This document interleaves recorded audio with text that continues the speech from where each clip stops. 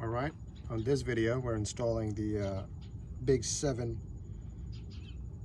battery cable kit for the Jeep TJ. Working on my 06 LJ now, and one of the biggest issues that a lot of people are complaining about with these kits is, well, there are two issues. One, you'll notice that the original battery cable that goes to the PDC is actually bent, and I've got it over here. It's actually angled like so, right? This guy right here. So it slips into these two right here. It goes down nicely. So this box, when it's shut, doesn't get in the way. Problem is, with the Big 7 kit, these suckers are flat. So it goes kind of like this, and there's another one, and you've got to make a pretty sick turn like so, right? You've got to make a pretty tight turn down here, and then I've seen some videos where the guys will trim some of this off, leaving the tabs intact, so at least you can lock it, and we'll see what happens. Hopefully there's enough coverage here for water to not get in or anything, so we'll figure that out. Second issue, I'm gonna put the tripod down. Second issue we're gonna run into is, where do you mount this? Where do you mount the fuse? All right, so I've seen a lot of guys on videos that don't have the air box, right? Mount it right along there, because you've got two wires on here. You've got one that goes to the PDC, and then you've got this guy that's got to make its way to the alternator, which is right there. The alternator B+, which is right over there. And this is long enough, you can make do. That's fine. And if I got to tie it down, I'll tie it down to something. That's fine, because it is a little long. I don't need it that much, but we'll figure that out. That's not a problem. Better long than short. All right, so to get around that, what I did was, and I also saw this on a video, and I'll link to that video. It's no problem. I mean, I get my intel from other videos, so I'll put a link to that. So what we did was made a little plate out of aluminum. Thanks to my dad, had him make this at his factory's machine shop. I think it was 5 inches by 1.25 inches, hole in the middle.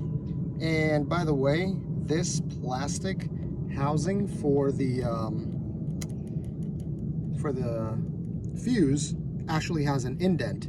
So you could put a screw head will go in there without a problem. You don't necessarily need a flathead screw, so that's totally fine. There's a little bit of a divot right here where the screw head will go. And if you'll notice, there's already a factory, hopefully it's factory, I don't know.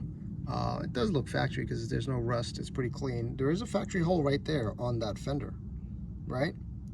So the idea is to get this guy through that hole and then use a locking nut from the bottom of the fender and just tighten that sucker up. You'll notice I've got a nut on here. You know why? Because without that nut, if I didn't tighten this, when I turn this from the bottom, that screw, because there's nothing holding it down, will just keep turning, right? So I locked it with that, and for what it's worth, it does give me a little bit of a buffer, right? So this aluminum plate's not sitting flat with the fender, and I don't know, it gives me a little bit of peace of mind that if there is some water that's running down, it'll, you know, it won't even touch any of this, it'll just run down, right? That nut's gonna act as a buffer. And you'll also notice that what I did to clamp that aluminum bracket down was just a couple of self-tapping screws. Yeah, they're a little long, they kind of stick out the bottom a little bit, but I do think, you know, that nut gives me that clearance. I did go ahead and spray it a little bit, so those holes that I created with the self-tapper don't catch rust. So idea is, and there goes the tripod, idea is it'll go like this.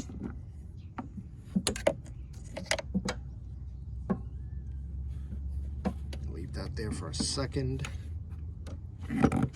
This goes in the hole, kind of like that. All right, and I can move this around, figure it out. Now I'm reaching from the bottom, looking for that nut. Caught it. Gonna tighten it, hand tighten as much as I can, and I'm gonna tighten it later. Once everything is secure, I'll go ahead and tighten that because I don't want to stress any of the wires right now. And that is pretty much that. I mean, it's out of the way. Again, like I said, I can move that around. Once I tighten it, I can figure out what the best position is. I'll tighten that sucker down. Now this will still reach. All right, that'll still reach. The wire's going to go to the alternator, and the rest of them are pretty simple, actually. The rest of them aren't that bad. It's pretty self-explanatory of how, I mean, most of the wires I got from jeepcables.com, shout out. They come with, they come with the label, right? PDC. That one says fuse, and that one says fuse, and that one says alternator. So, all right, well, hopefully that helps somebody.